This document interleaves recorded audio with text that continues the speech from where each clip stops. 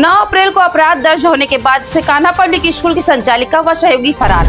Police का दावा जल्द करेंगे गिरफ्तार।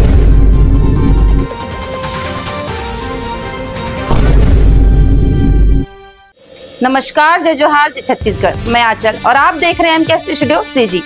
बालोद शहर के आमापारा स्थित कान्हा पब्लिक स्कूल की संचालिका संतोषी लिमजे और उनका सहयोगी पवन चंद्राकर के खिलाफ 9 अप्रैल को ठगी का मामला दर्ज किया गया है।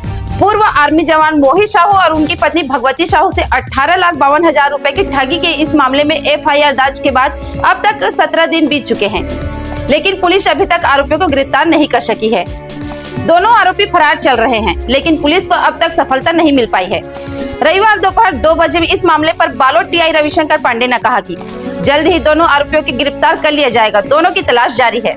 बता दें, भगवती साहू ने अपराध दर्ज कर बताया कि कान्हा पब्लिक की संतोषी लिमजे और उनका सहयोगी पवन चंद्राकर के द्वारा रोबो ट्रेडर्स नामक एक कंपनी में निवेश करने का झांसा देकर उनसे लाखों रुपए की ठगी की है। यह समाचार की पूरी जानकारी देखने के लिए हमारे पिछले वीडियो में जाकर देख सकते हैं। वहीं इस मामले पर बालोद थाना में संतोषी लिमजे और पवन चंद्राकर के खिलाफ आईपीसी की धारा 420 और 34 के तहत मामला दर्ज किया गया है। आगे अपडेट के लिए हमारे news channel MK studio CG पर बने रहे। कैमरामैन भूपेंद्र साहू के साथ।